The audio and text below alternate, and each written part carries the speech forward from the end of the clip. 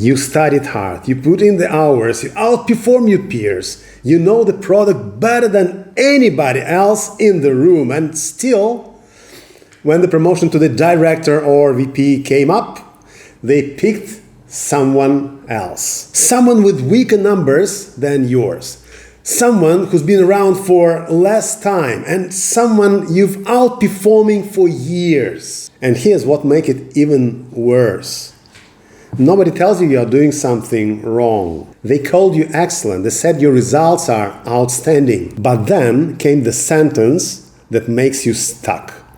You are too valuable in your current role. The department depends on you. We need you exactly where you are now. That might sound like a compliment. It's not. That's the system telling you are not going anywhere. I know this because I lived this. For years, 2 MBAs, a track record that spoke for itself. And I still watched people with worse metrics got promoted over me. It wasn't until I figured out why.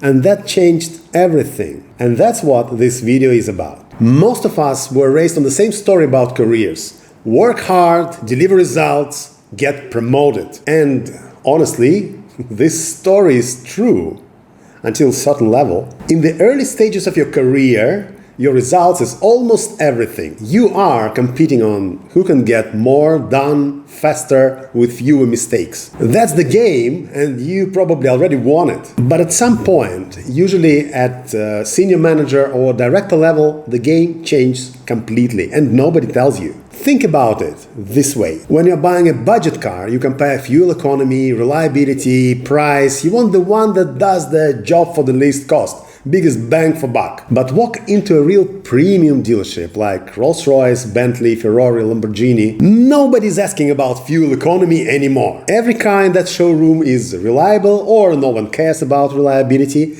Every car gets job done. The buyers of these cars are evaluating completely different metrics, something else entirely. And that's exactly what happened at the director level and above, VP, SVP, C-suite. Everyone in that conversation has results. Everyone performs. Every candidate delivers.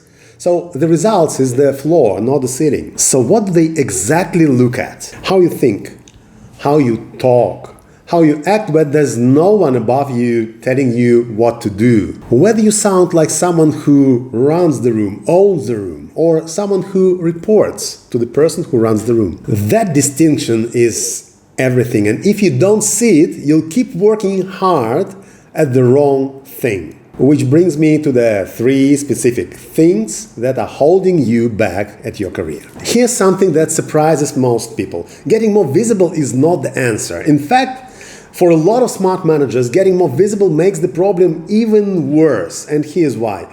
Let's say your manager finally got you in front of senior leadership. You present at a big meeting, you are well prepared, your slides are clean, your numbers are solid, you answer every single question. Then you walk out thinking, that was my moment. But here's what actually happened at that room. The executive watched you talk about timelines, deliverables, details. They were impressed. Really, they were impressed. And they thought, this person is really good at what he or she does. And then they moved on, because you've shown them a great manager. Not a future director, not a VP. Visibility doesn't transform your brand.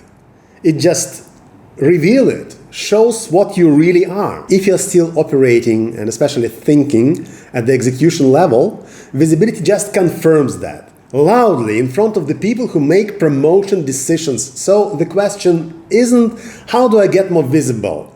The question is, when people see me, what do they actually see? And the locker number 2 is that you probably speak the wrong language. I'm not talking about English language. I'm talking about the language of the level in the organization, because a team lead speaks in tasks and deadlines. A functional director speaks in risks and resources. A CEO speaks in strategy, market positioning, and what will happen in the next 10, maybe even 50 years. And the problem most high-performing managers have is this. They speak the language of their current level.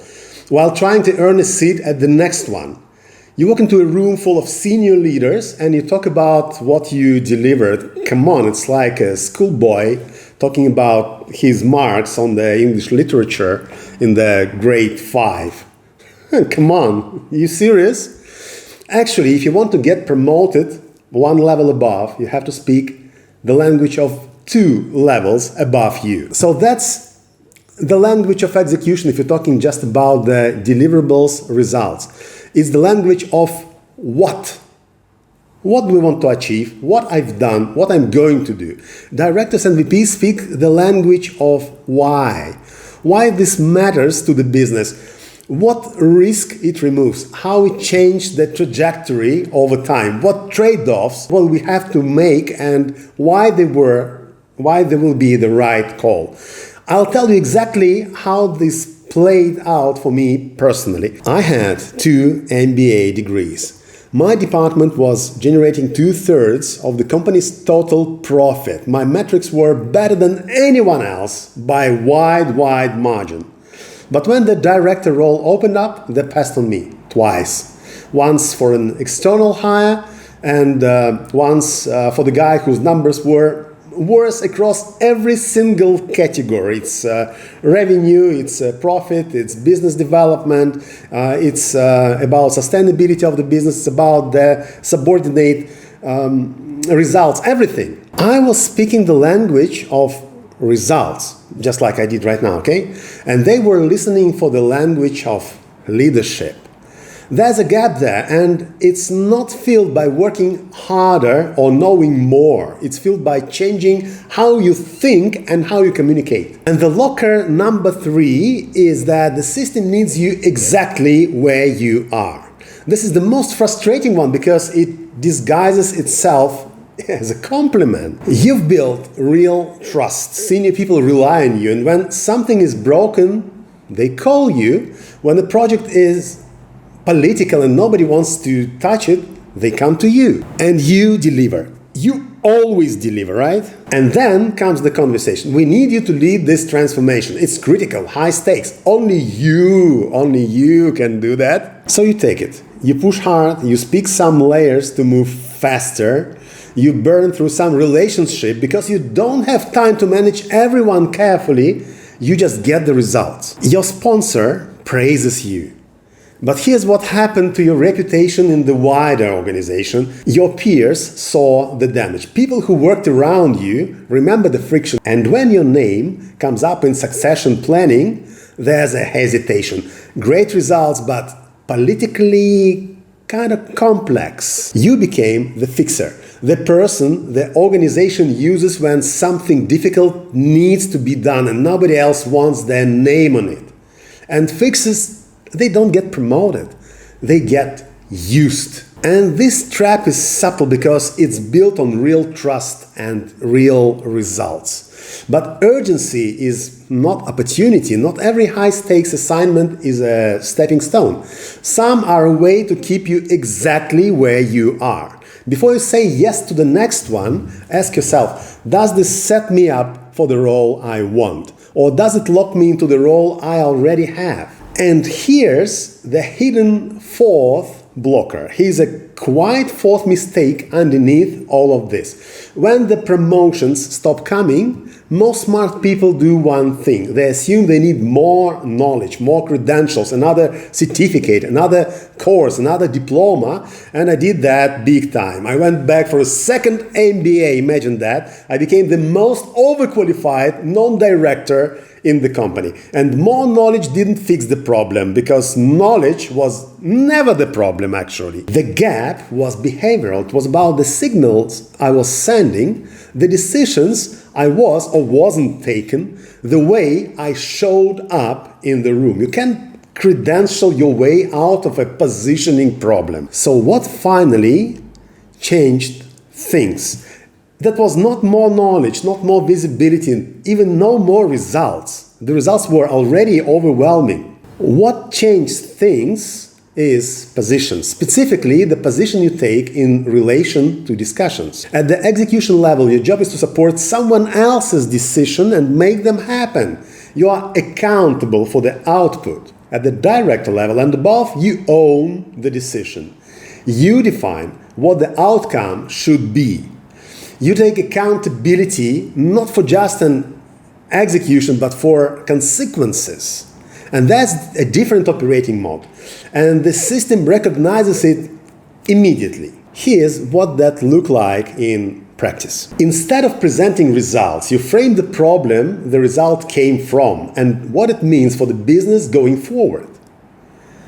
Instead of showing you can execute under pressure, you show what decisions you made under pressure and why. Instead of proving you can deliver someone else's project, you own a direction and drive it without being told. None of this actually requires a new title. You can start doing it in your current role right now. That's exactly how you signal your readiness for the next level. Not by asking for promotion, not by pitching yourself in one-on-ones with senior leadership, by showing up at a different level consistently until the promotion is just a formality. And when I started doing this, building real influence instead of chasing visibility, taking positions instead of delivering reports, being willing to own the outcome instead of just the process, things moved. Not because the system suddenly became fair, but because I finally understood the game I was playing in. And now, my call to action to you. If anything in this video landed on you, if you recognized yourself in one of these blockers, I want you to know something. You're not behind. You're not broken.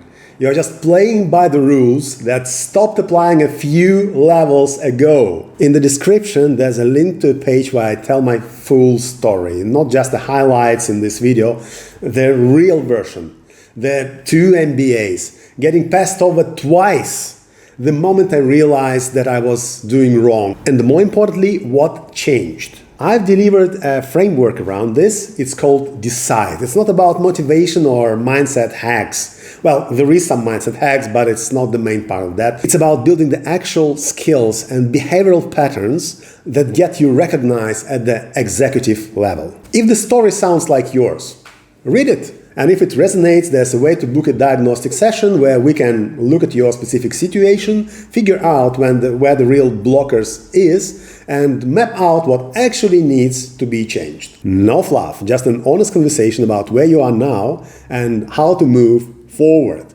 The link is in the description. And remember, the system doesn't promote people. It responds to signals. The question is, what signals are you sending?